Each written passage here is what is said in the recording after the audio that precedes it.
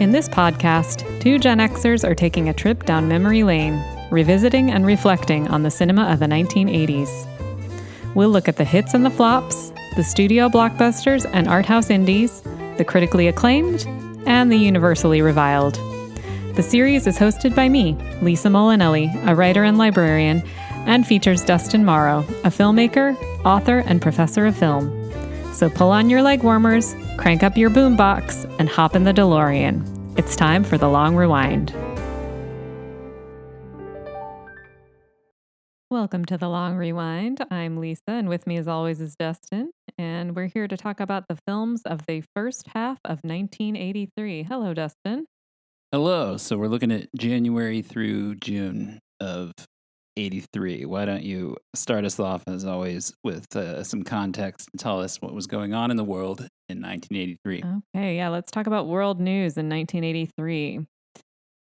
First off, the Cold War between the United States and the Soviet Union continued to escalate in 1983, marked by increased tensions in the arms race. And of course, the Cold War influenced many areas of life in the 80s, but particularly movies. I think you just felt the Cold War a lot there. There were a lot of Cold War spy movies from the 1980s. Yeah, and not only spy movies, it was just everywhere. Yeah. On March 23rd, 1983, President Ronald Reagan announced the Strategic Defense Initiative, a proposed missile defense system aimed at protecting the United States from nuclear attacks. And that program was nicknamed Star Wars, as most people probably remember it by. And that generated debates about its feasibility and potential effects on arms control. 1983 also brought us something very important today, the birth of the internet. The domain name system, DNS, was introduced in 1983, laying the foundation for the modern internet. This development helped facilitate the growth and expansion of the internet as we know it today. And of course, there are many other precursors to the internet. There's a lot of debate over what started it, but that's a pretty big deal. Al Gore was hard at work. Hard at work. In pop culture, Michael Jackson's Thriller was released on November 30th, 1982, but its popularity, continued to soar throughout 1983. So that was a big album in 83. It became the best-selling album of all time, spawning multiple hit singles, including Billie Jean, Beat It, and the title track, of course, Thriller. The album's music videos, choreography, and Jackson's groundbreaking dance moves made a lasting impact on pop culture, as I'm sure we all Do you know can who remember. Directed the Thriller music video? I do. That was John Landis, I believe. Yeah. It was one of the first of the sort of like the approach to music video as a short film. Yeah. In that it had all that stuff before he started singing and performing. Yeah. It was a mini film. Yeah, it was like a mini film. I remember when they put out Bad a few years later, which was directed by who? Of course. Very good. Yeah. Yeah. They premiered it on TV first as like a half-hour short film with commercials and everything. Oh, wow. I didn't know that. I must have missed out on that, but that's really interesting. Did you have any Thriller merchandise as a kid? Were you too young, probably? I remember playing with Michael Jackson color forms. I didn't have any specific Thriller merchandise that I remember. I used to love color What forms. I can't remember is if I owned those or just played with them and someone else had them, but My sister had the Thriller version of the Michael Jackson Barbie. Oh, wow. Yeah, nice. his red leather suit that he wore in that video. Yeah, there were like there was like a jacket. Beat It Barbie and a Thriller Barbie, and I think there was one other, maybe a Billie Jean Michael Barbie. Jackson, but yeah. They were Michael Jackson though, not female Barbies. They weren't like made by they weren't like Kinner, but they were or Mattel or whoever makes. They were Barbie. a doll that was sort they of were a doll. Barbie-like. They were the same size, and she I remember those. Worked them in with her Barbies. I also remember a lot of us would go around wearing one glove or, affecting Michael Jackson. Yeah, I had the album. style. The only other piece of merch I remember owning was a Viewmaster of the Making of Thriller. Yeah. Oh, that's cool. The Making of Thriller actually was one of the first sell-through videotapes, like VHS tapes that you could just go buy at a store for like $20. Wow. So both very formative things for a budding filmmaker like yourself. Yeah. The Viewmaster making of and VHS accessibility. Interesting. Well, that leads us into the birth of the music video era. Now, MTV had already launched in 1981, but the popularity of music videos continued to rise in 1983, and music videos became an integral part of pop culture, just as you're hearing us talk about with things like the Thriller video, which was a I huge, think huge what deal. a lot of people don't remember is that MTV was not like some grand slam out of the gate. Right. It took a while time to to build. grow. It Yeah. had, it was a real mom and pop, like pretty dodgy affair in the beginning. Like it would regularly just like cut to black for 20 minutes because somebody forgot to put a tape in. Excellent was- TV. yeah, it's like it was- college radio is what it sounds like it was to really me. low Yeah. rent, and it wasn't it didn't have a lot of reach in a lot of markets, and it took a good couple years before it really reached the sort of mass appeal that it did, and music videos became obviously what they became and changed music for good.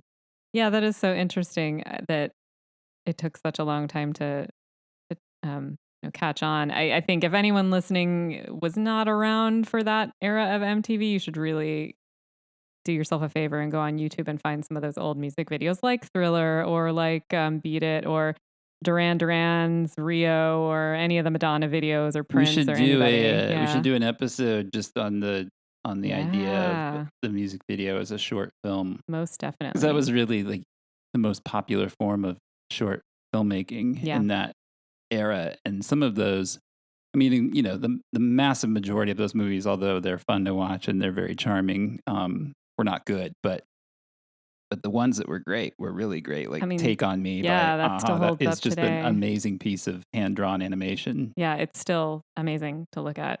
It holds up. And things like Thriller are still, if you've never seen the whole thing, Oh yeah, you should Thriller really is go still or Beat super It fun. or whatever. Yeah. You should go watch them. Yeah. Um, And like if you're a fan of John Landis, like it's Yeah. a crucial John Landis movie because That's it's true. part of his obsession with the Universal monsters. Mhm. That video comes straight out of. It's more Landis than Yeah. Michael Jackson. Yeah, I mean, if you think about An American Werewolf in London, which we talked about in a previous episode, there's definitely some crossover there. The MASH finale happened in 1983. That was the longest running TV series. MASH, it aired its final episode on February 28th, 1983. The finale was titled Goodbye, Farewell, and Amen and became one of the most watched episodes in television history, drawing over 105 million viewers.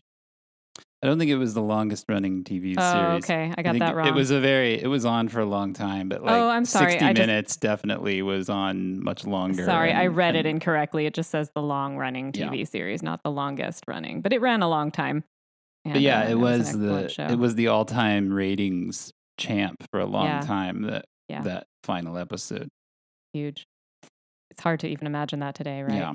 Nothing would get those No. kind of numbers, Not today.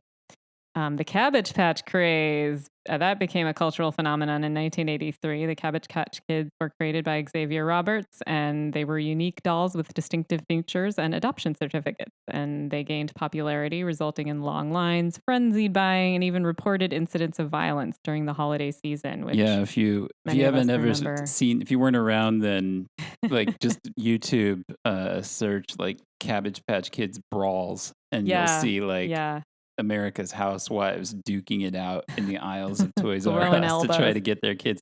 Cabbage Patch Kids. Did you have one?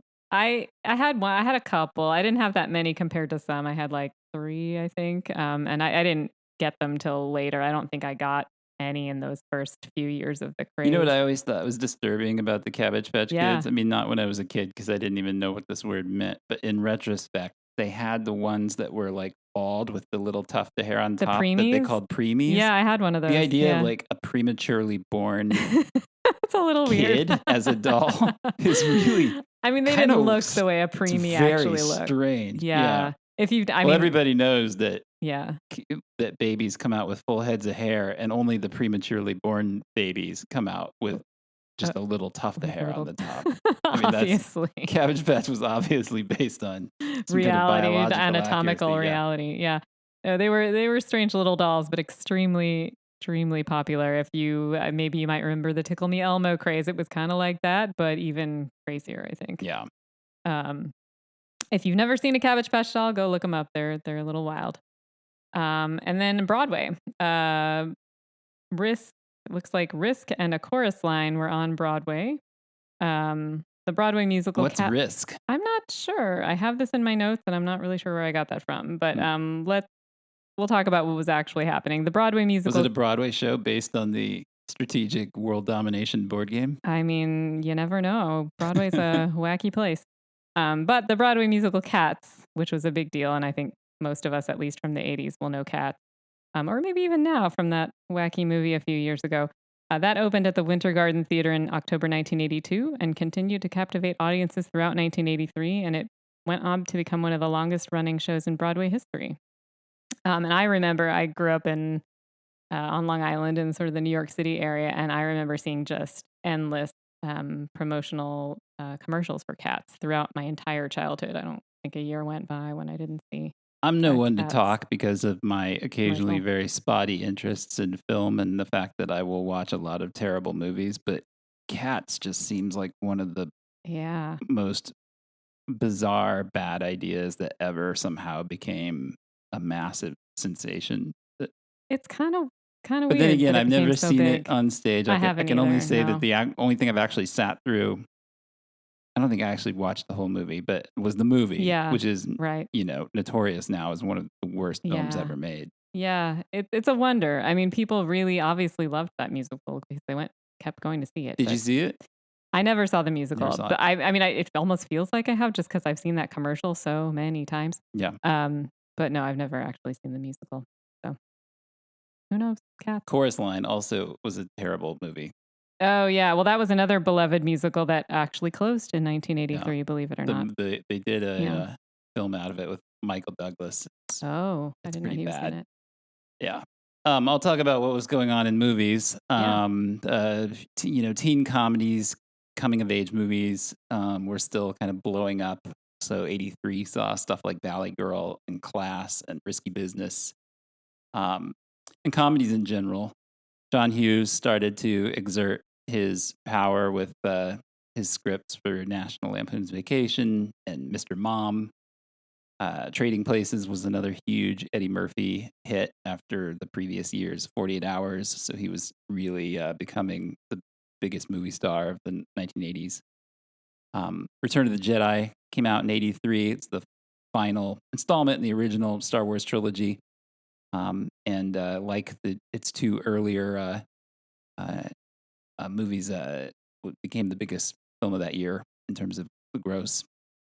Interestingly, more movies in 1983 got an R rating than any Huh. other year prior to that. So Hollywood was okay with that. Hollywood's actually like now kind of allergic to Yeah. R ratings. I Yeah. mean, it just means you're limiting your audience more, but they were okay with it. There were more, I mean, I guess perhaps that means there were more adult movies back then, which is no shock. Yeah.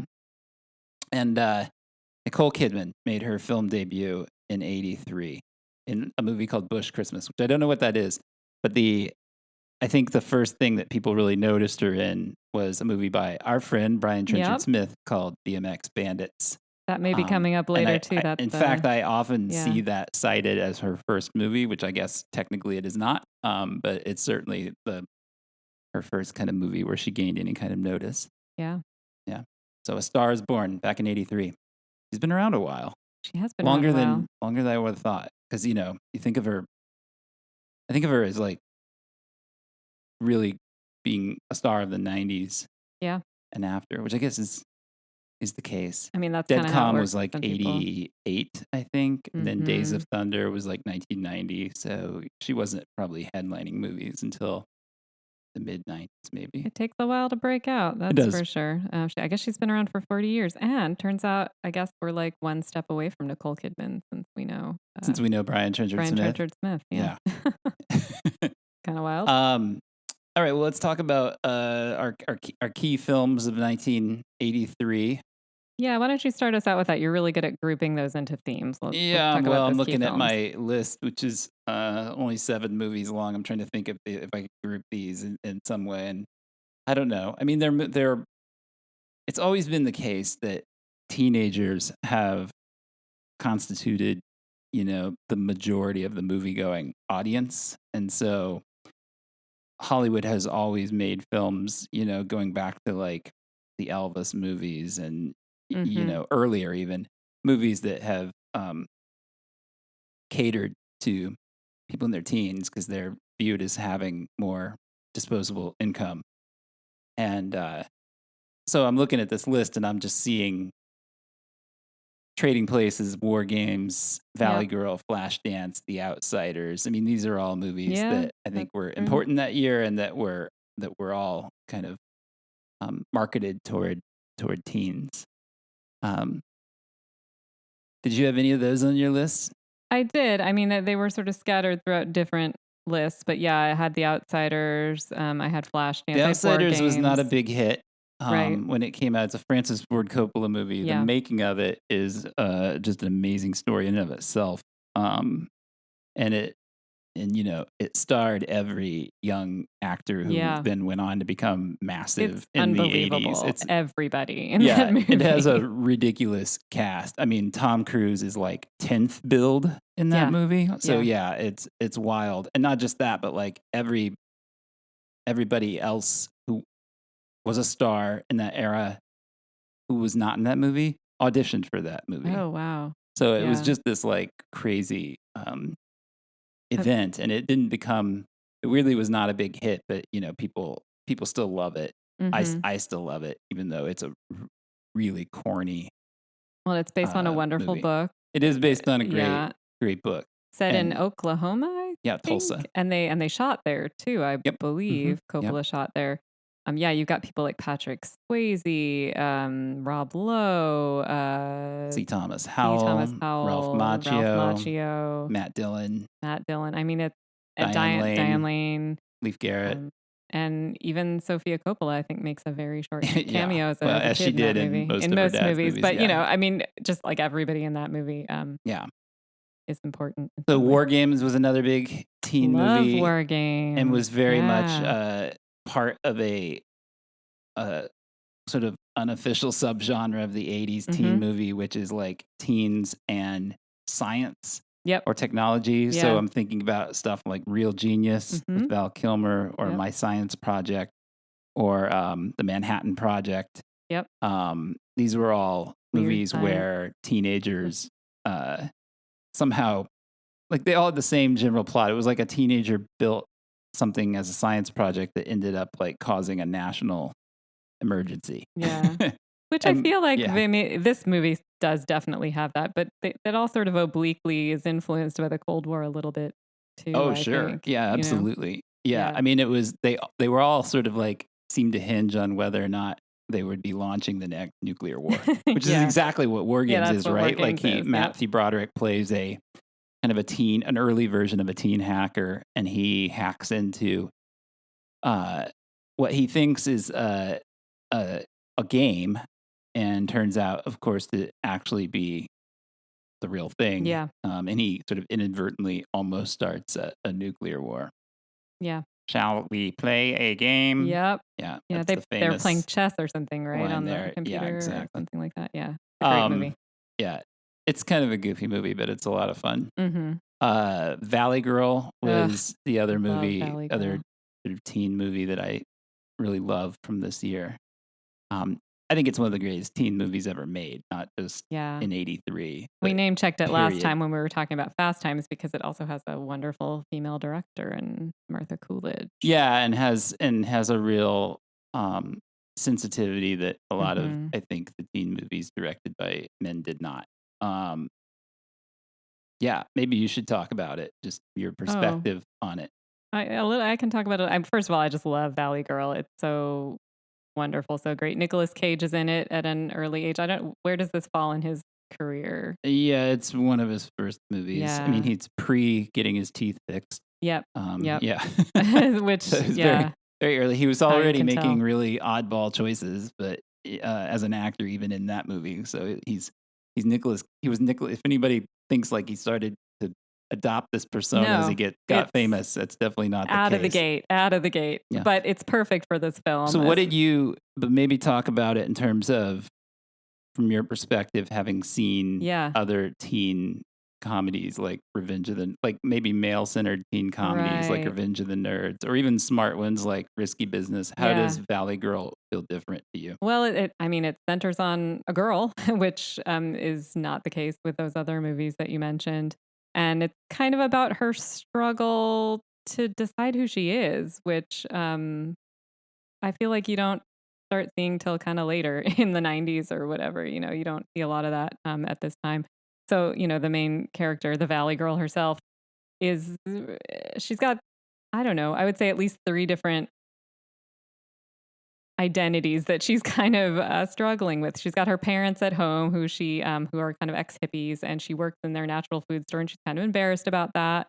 But she's also a true mall rat Valley girl. She goes with all her Valley girl friends in the California San Fernando Valley to the mall, and they hang out and they buy clothes, and they're interested in fashion and all that. And that's great. And she dates like a popular guy at school. But then she meets Nicolas Cage, who's this kind of punk from Hollywood. Is that where he's from? Mhm. He's like from the city, essentially, not the Valley, which is more of the suburbs.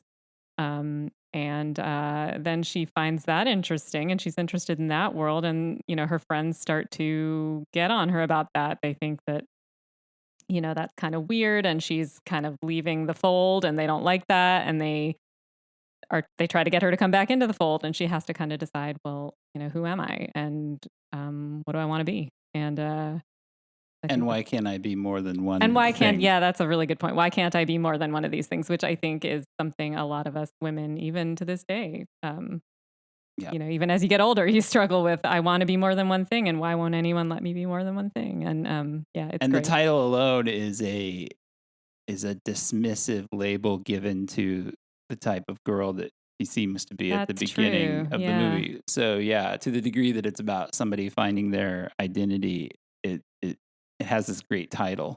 That's actually true, because she, Valley Girl is kind of a throwaway thing, and it's an airhead, right? And she's really not that. You see that she's got lots of layers. She's got a lot she's thinking about, a lot going on in her head. I actually really love her relationship with her parents in this film too. She talks to them, they talk to her, they're trying to help her out.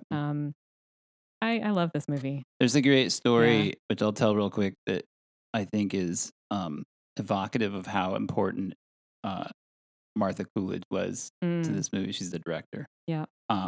Went on to direct another movie we just mentioned, which is Real Genius. Also one of the great 80s teen comedies too, although very different from Valley Girl.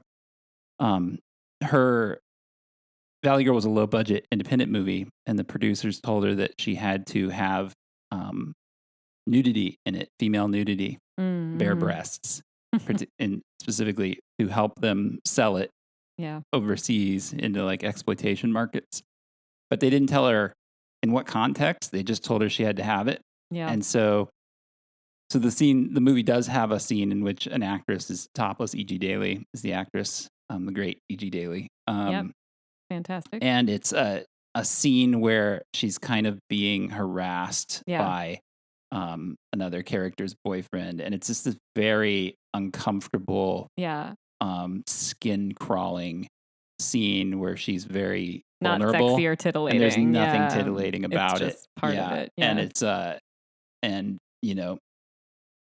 I'm not a fan of nudity in movies in general, because I just find it very distracting and usually doesn't make any sense. Usually doesn't make any Right. sense. It's usually not in there for any good reason, and that's a great use of it. Yeah, and a great true. middle finger to the producers who I did what you asked. yeah, exactly, who wanted it in the film. And her kind of gentle touch, her subtle touch is her affection for the characters, I think, is felt through the whole movie. And I'm just a big fan. Martha Coolidge, I think she's a great director who didn't get enough opportunities to make movies, although she has a handful of great ones in her.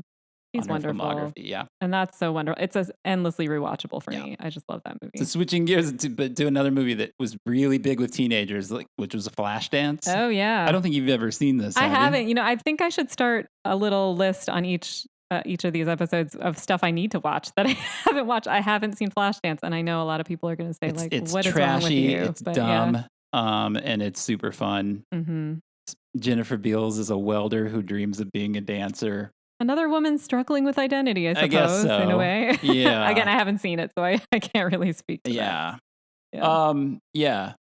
Set in Pittsburgh. It's very grimy looking. But it had a hot soundtrack. Yeah. And it was definitely part of that like early MTV-ization of cinema too, where you started to see a synergy in the marketing, in the release of these movies. So you would see the songs would show up on the radio like 6 weeks before the movie came out, and then the video would come out on MTV like 3 weeks before the movie would come out. And it was just this very calculated, I mean, something that feels like, of course, like that's every movie now. But back then, it was these movies like Flashdance and Footloose, Beverly Hills Cop, Top Gun. This was considered kind of a revolutionary way to market and release your film. And not only that, but there were sections of these movies, passages of these movies that actually looked like music videos.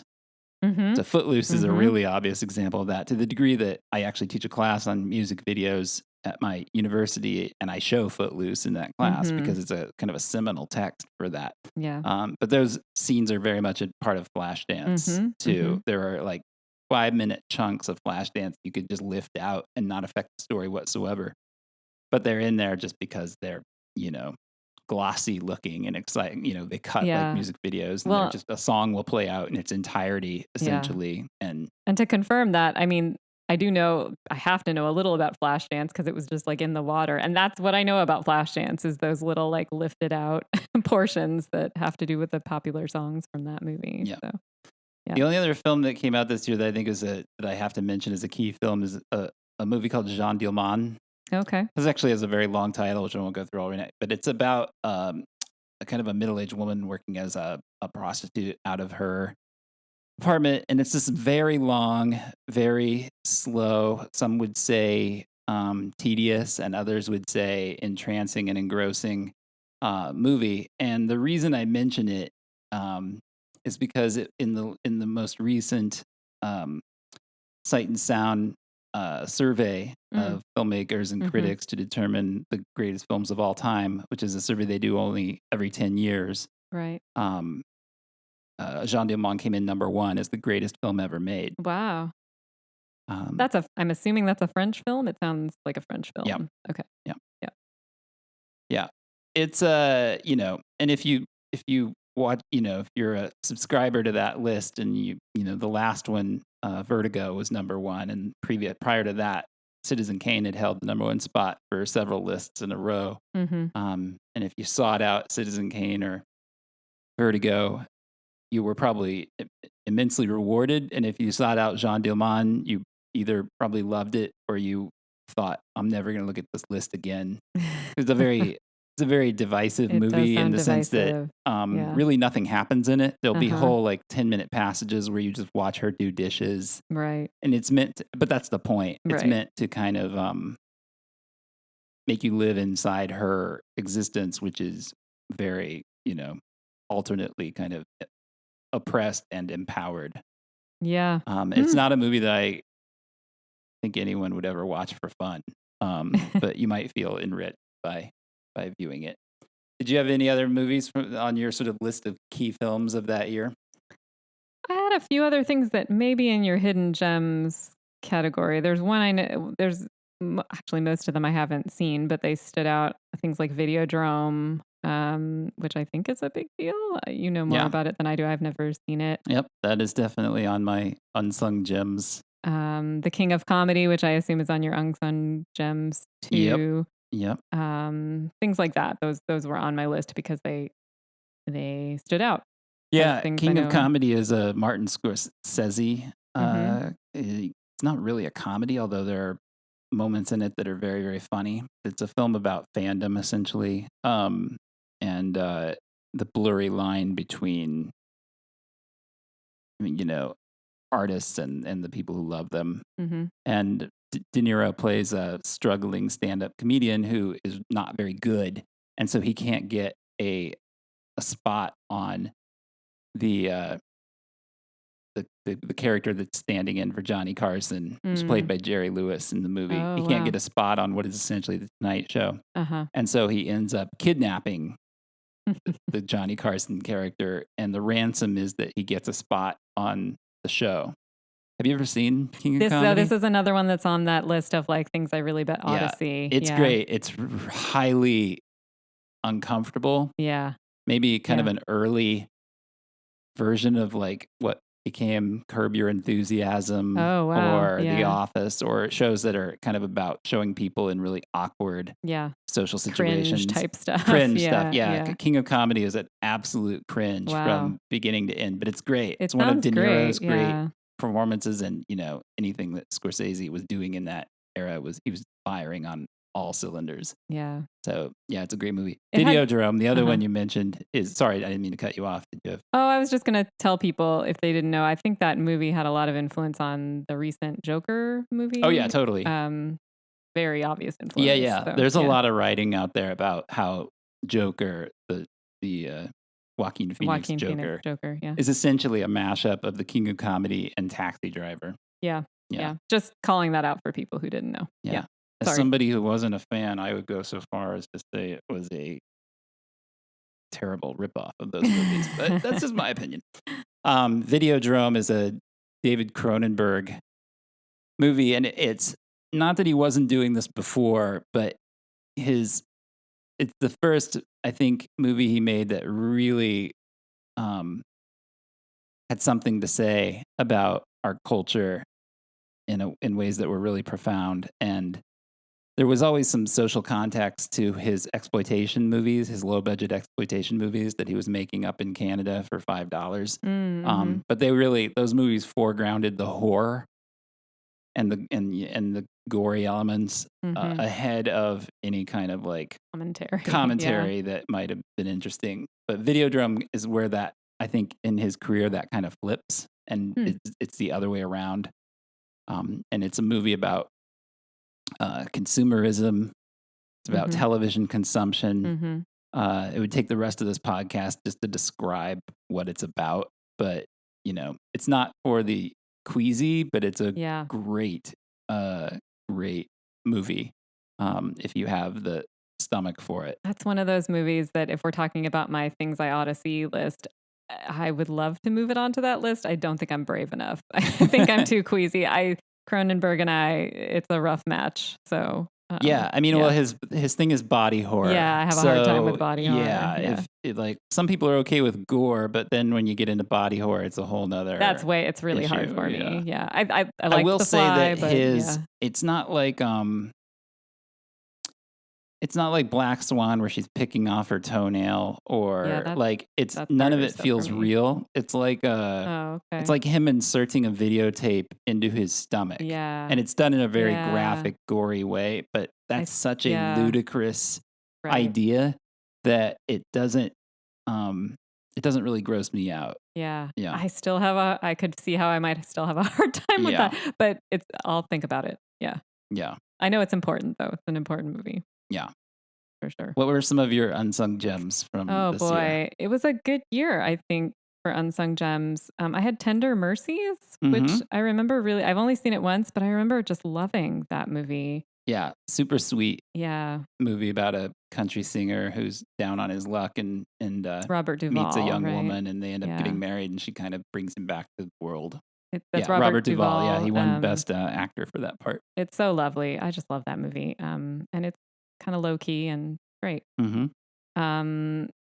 I almost don't want to say this one because this is really your movie. What's that? But Max Dugan Returns. Yeah. Which I also just love. And I love it because of you. You brought me to that movie. Truly an unsung gem because most of the people listening to this will have never heard of this movie. It's so good. It's a Neil Simon comedy where Marsha Mason plays a dirt poor public school teacher whose father comes mysteriously back into her life with a large suitcase of cash and starts using that cash to turn her life around, her and her son, who's played by Matthew Broderick. And Jason Robards plays the father. Right. And you come to find out that he's a criminal and that money is ill-gotten.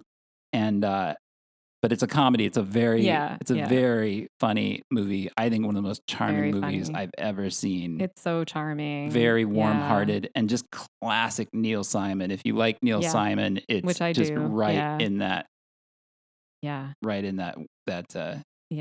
Donald Sutherland's in it and is really writing that he does. Yeah. Great in it too. Kiefer has a bit part in it. Yeah. I don't think he even speaks, but he's in it. I saw it a million times as Yeah. a kid, and it's also kind of a fantasy Mhm. movie because Yeah. I think all of us dream that we have some long lost relative Like who's rich super wealthy, relative. who's going to Yeah. like die and leave us Yeah. $90 million. And that's kind of what happens in this movie. Like to have this relative come Yeah. out of nowhere and like all of a sudden you go from being really poor to really, really rich. But of course, Marsha Mason is rightfully very suspicious of the whole thing. Yeah. She's like so amazing and Yeah, wonderful in that movie. she's Yeah. underrated, and she, Yeah. you know, she was married to Neil Simon and Oh, I worked didn't know that. mostly with him. Mhm. But she was like, I don't know why. I mean, I guess she walked away from Hollywood, which is Mhm. fair. She like lives on a ranch in New Mexico Oh, and okay. makes pottery or something. Fair enough. Yeah, Good one on of you. those, and you know, more Yeah. power to her. But holy cow, was she She good? is that movie, right? Yeah. Like, I mean, everybody else in that movie is great too, but boy. Well, and the Goodbye Girl Ugh. too. Like Yeah. everybody remembers Dreyfus because he kind of hams it up, but she holds that movie together. She's the fulcrum of both of those Yeah. movies, and she's wonderful. So I just had to bring up Max Dugan Returns. Yeah, if you Yeah. like gentle comedies, it's a movie you could watch with your kids. I watched Mhm. it 100 million times as a kid. Used to love it. There was probably a period of my childhood where I was watching it like several times a week. So much I loved it. But yeah. Second Matthew Broderick film of the year. Yep. First half of the year too. Yep. I also, because again, Monty Python fan, I had Monty Python's The Meaning of Life, which is super fun and has a lot of just fun Monty Python musical numbers in it. So that's, I don't know if it's unsung or anything. Their last feature film. Oh, was it their last? Yep. Okay. Yeah. Yep. So I have a lot of love for that. The Evil Dead, that's kind of a big deal movie. Is that really even unsung anymore? I don't know. That's an unsung gem for you personally? Not for me, but it is an unsung gem. Oh, you were Right? speaking generally. Oh, Yeah. I always approach these unsung gems as movies that I love. Okay. Like Well, unsung gems for me. I appreciate it. I don't know that I love Yeah. it or anything. I think it's Yeah. popular enough now. It's had, it's launched a whole Yeah. franchise of Yeah. TV shows and other offshoot movies. It that seemed we worth can a call mention. it we can call it a sung gem at Yeah. this point. It seemed worth a mention. It Yeah. has spawned a lot. Yeah. But I don't personally love it. No. Yeah, I like the second one a lot, and the Mhm. third one, Army of Mhm. Darkness and Evil Dead 2. Evil Dead Yeah. 1 is actually kind of brutal. Mm-hmm. Yeah, no, it's not in a way my that kind of the movie. second It's one true. is not, and so it's not Yeah. not favorites. Well, let's go. What do you have that I? There were a couple of good horror movies this year. Mhm. Psycho 2 is better than it has any right to be. And I Oh, think it's wow. because they I've got never a seen great filmmaker, a guy named Richard Franklin from Australia, who we've talked about in previous episodes because he directed Road Games, and he went on to Oh. make Cloak and Dagger, is a Oh, movie you yeah. and I really like. Mhm. Yeah. And he does Hitchcock proud in that. Wow, It's a that's a much big better deal. movie than you would think. I had no idea. I saw that and thought, oh, that must be terrible. No, it's really but no. good. And the third one's okay too, but the second one's actually quite good. And the other one, and I'm only going to mention this for the first 5 minutes and the last 20 minutes, which is Twilight Zone, the movie. Oh, yeah. Which, of course, is a Mhm. movie that is clouded in controversy and bad juju because Yeah. 3 people lost their lives during the making of it. Yep. But the opening 5 minutes are Dan Aykroyd and Albert Brooks driving down a highway trying to scare each other to That is a break up really a good long sequence. drive. It's Yeah. very funny. And the last 20 minutes are 20 minutes of, I think, the best suspense filmmaking ever, which is the George Miller, another great Australian filmmaker, the guy that did all the Mad Max We movies, love him. Yep. remaking Nightmare at 20,000 Feet. Oh, with John Lithgow, right? Yeah, it was originally Shatner in the Yep. TV series, but the Mhm. remake is Lithgow, and it's Or Lithgow. a guy I that don't know. sees, there's a man on the wing of this Yep, plane. It's yep, that story. Classic. Yeah. Yeah, it's great. It's just Yeah. a masterpiece of suspense filmmaking. It is wonderful. I've never seen that all the way through, but those are the 2 parts of it I've seen, and they're definitely Yeah. worth a watch. Yeah. And then there are a few that are like, maybe the reputations are not great, but I happen to love them. And maybe that's because I discovered them as a kid and you're less discerning as a kid. Mm-hmm. I don't think kids have this experience now, but when we were kids, I'm going to speak for you. Yeah. When we were kids, it was sometimes just like, it was just exciting to be watching a movie. Oh, yeah. It almost didn't matter. It was an event It almost for didn't me. matter what it was Yeah. because Yeah. part of it was that's like, true. you know, unless you were taping everything with your VCR too, like having a movie, the movie was only going to be on, like, let's say Sunday night at 8 o'clock on Yeah. ABC. And you looked forward all week to Sunday night at 8 o'clock on ABC because that's when the movie that you wanted to see was going to Yeah. be on. And, you couldn't dial it up No. with your fingers anytime. And so even something just showing up on your television felt a little like an Oh my event. gosh. Yeah. Big time. I mean, I'm a person who I didn't grow up with, being allowed to watch TV at will whenever I wanted, and which is probably a good thing. But like when there was a special event on TV like that, like a movie, we were allowed to watch it, and it really felt like an event. Yeah. Popcorn and everything, like Yeah. good stuff. So anyway, I'm Yeah. diverging, but Yes. it's interesting to think about how we consume movies differently Yeah. back then. So the 3 movies I really like: Octopussy, Mm-hmm. which was the next to last James Bond movie for Roger Moore, and was one of the what I call the OG 100, which is my pet name for these 100 videotapes that were rented through my dad's pharmacy. Yeah. I talked about this in the very first episode of the podcast, I think, but I'll remind the this was people. that was how I saw a lot of movies over and over again in the early days. Was the small town in which I grew up. My dad's drugstore was the first store that was renting videotapes in the town, and they would cycle different tapes in every like couple of weeks or something.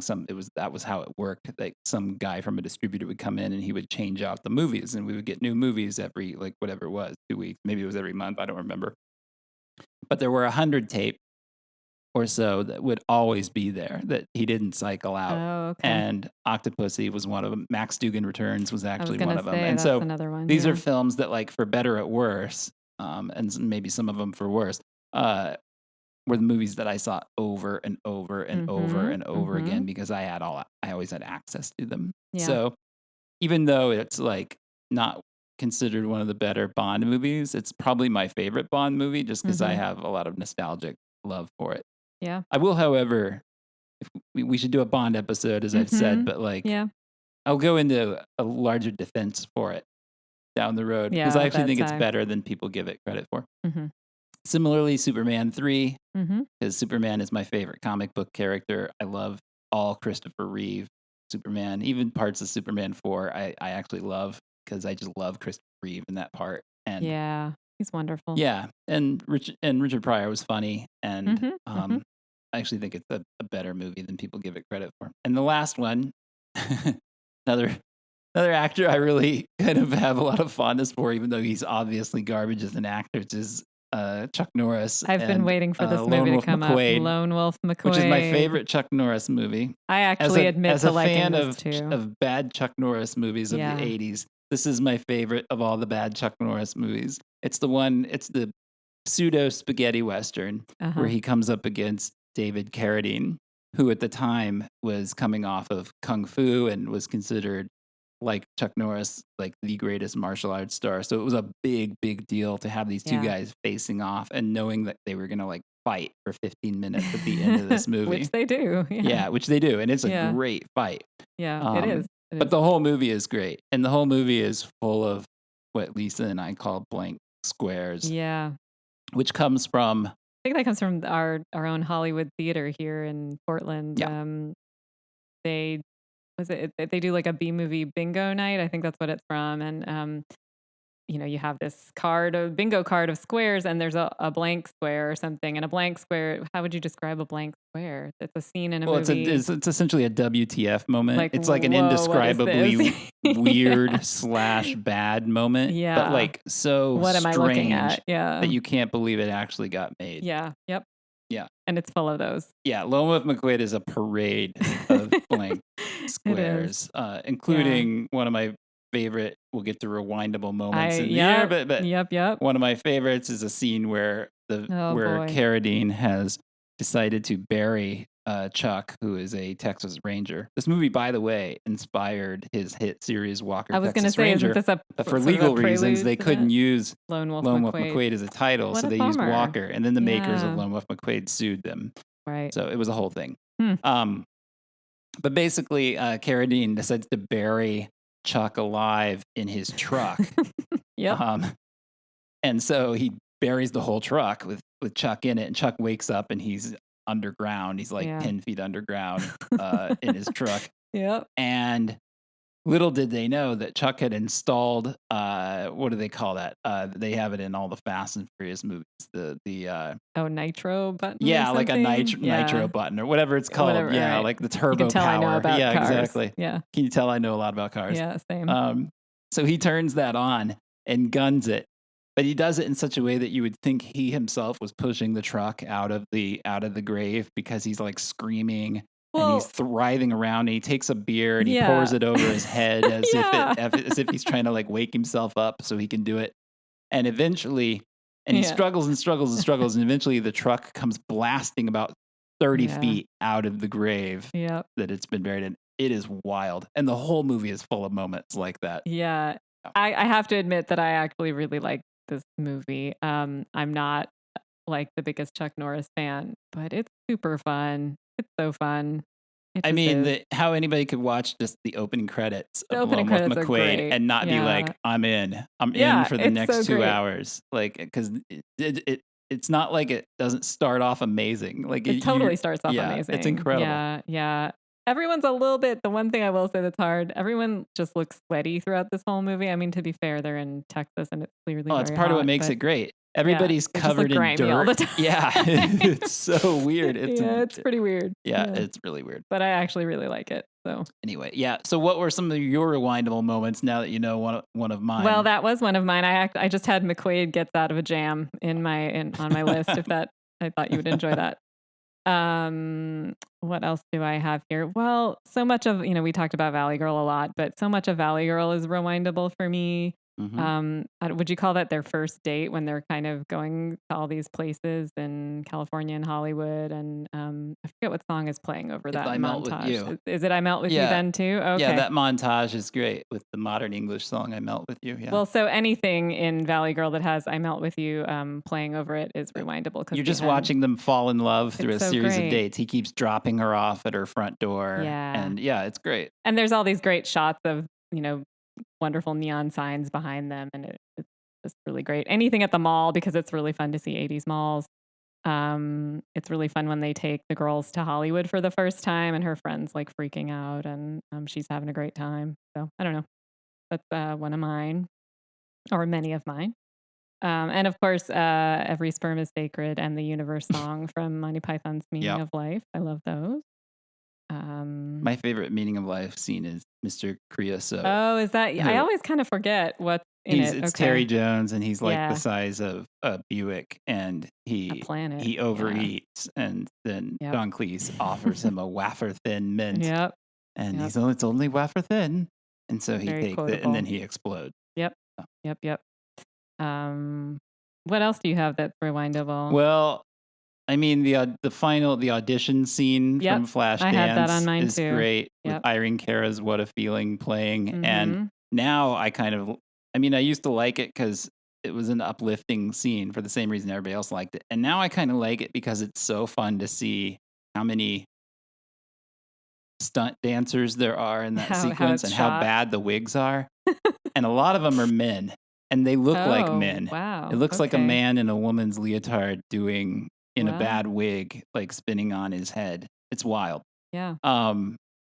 The escape from Jabba's skiff in Return of the Jedi. Yeah, I figured there had to be some Jedi moments. Yeah, I mean, we didn't talk about Jedi much in this, but again, like as we've said, like I don't know what there is for us to say about Star Wars that hasn't been said. No shade on. It's a great movie. It's fantastic, fun. I don't have the animosity toward the Ewoks that a lot of Star Wars fans. I actually still think I thought they were cute at the time, and I still think they're cute, and I still kind of like them. Mm-hmm. But yeah, the escape scene at the beginning where Luke, they're out on that skiff and Luke has to walk the plank. Yeah. And he does that, pulls that move where he jumps off, grabs the plank and shoots back up. And Very then cool. and R2 launches the lightsaber at just that moment. He catches it in midair and lands on his feet. Unbelievable.